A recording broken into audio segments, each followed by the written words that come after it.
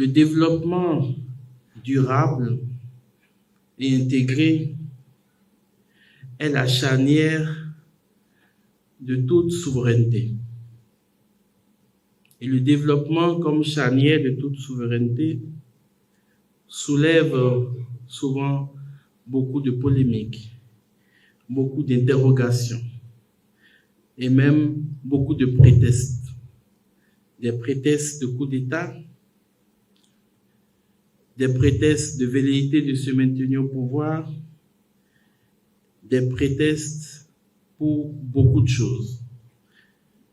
Et il est récurrent de voir que dans tout discours politique, il y a toujours un désir manifeste de donner son temps, de se donner tout entier pour le développement durable et équilibré d'un pays. Néanmoins, le développement durable et équilibré ne peut s'enfermer ou ne peut tenir dans les mains d'un seul régime ou d'une seule personne. C'est l'affaire de beaucoup de générations. C'est l'affaire de plusieurs régimes. C'est l'affaire de plusieurs gouvernements successifs. Parce que justement, tout acte de développement durable et équilibré est un acte de souveraineté. C'est un acte régalien. Et au nom de cette dynamique régalienne qui manifeste le désir de tout dirigeant de travailler à l'avancement de son pays, au nom de ce pouvoir régalien, beaucoup de choses se font. Les infrastructures dans notre pays, les routes, les intuitions, les différents concepts qui suscitent beaucoup de dynamisme, les projets sociaux étayés avec de grands chiffres et surtout l'expérience de mes collaborateurs et moi qui tout dernièrement avons emprunté la belle route quittant Kandji pour Malanville. Cela suscite en nous le désir toujours de travailler et de former les générations d'aujourd'hui à devenir de bons citoyens. Car le développement équilibré qui se veut durable incombe tout le monde, sans exception aucune. Alors, cette maladie africaine qui consiste à enfermer le développement dans le cœur d'un seul homme est une crise morale grave. Ainsi donc, tout développement s'inscrit dans l'alternance politique. L'alternance politique n'est donc pas un vain mot. Ce n'est pas une maladie. Ce n'est pas la peste. Ce n'est pas la fatalité. L'alternance politique ne devrait pas faire peur. Elle ne devrait pas être traitée comme la peste maladive qui repousse les limites du pouvoir dans un pouvoir indéterminé.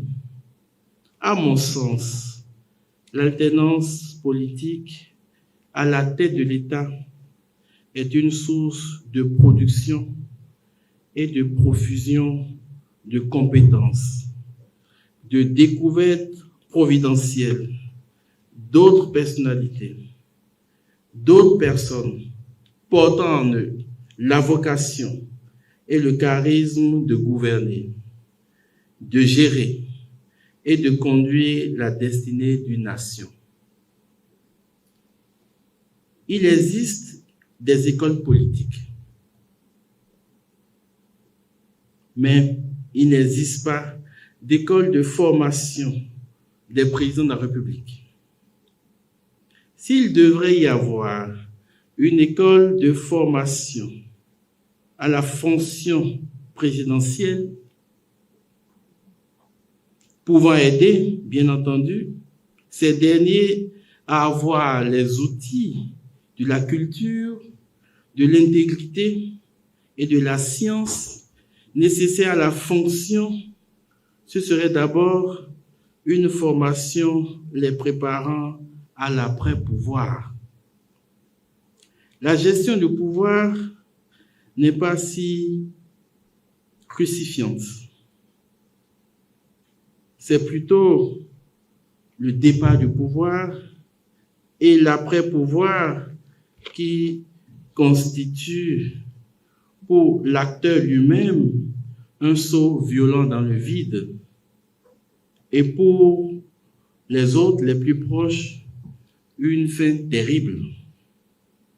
Ces deux pôles s'associent partout en Afrique pour élaborer des stratégies de 3e, 4e, 5e, 6e mandat, donnant pour prétexte qu'ils n'ont pas fini d'assurer le développement durable et équilibré, comme si cela dépendait d'eux seuls. Notre conviction pour le développement s'inscrit impérativement dans une course de relais, avec un seul témoin à transmettre de génération en génération, c'est-à-dire le gouvernail, symbole le plus fort de la souveraineté du peuple. Ainsi donc, le dessein d'un peuple, la destinée d'un peuple, d'une nation, ne peut être définitivement ou exclusivement confiée aux soins d'une seule personne fragile, limitée, et même demi-dieu, fut-il. L'homme est mortel, la nation est pérenne, la souveraineté du peuple est cardinale et immortelle, et le développement durable et équilibré est un enjeu permanent. Alors, à l'IAJP, nous avons compris qu'il faut continuer à former la conscience citoyenne, à travailler à construire dans les cœurs des futures générations de citoyens l'amour patriotique et le courage de la vérité. Dire la vérité à soi-même et dire la vérité aux autres. À cet effet, en cette année 2025, mes collaborateurs et moi, en complicité avec le directeur adjoint, nous mettrons en place un nouveau volet de formation en doctrine sociale de l'Église destiné aux acteurs et leaders politiques et un programme de recherche spécifique sur les questions sociopolitiques contemporaines en Afrique s'appuyant sur la doctrine sociale de l'Église. Nous y reviendrons au temps opportun. En attendant, notre prochain rendez-vous est prévu pour le 20 février 2025 pour le débat du jeudi portant sur le même thème, animé par des acteurs politiques et civils, une personnalité de la majorité présidentielle, une personnalité de l'opposition et une personnalité de la société civile. Nous vous invitons à y participer massivement.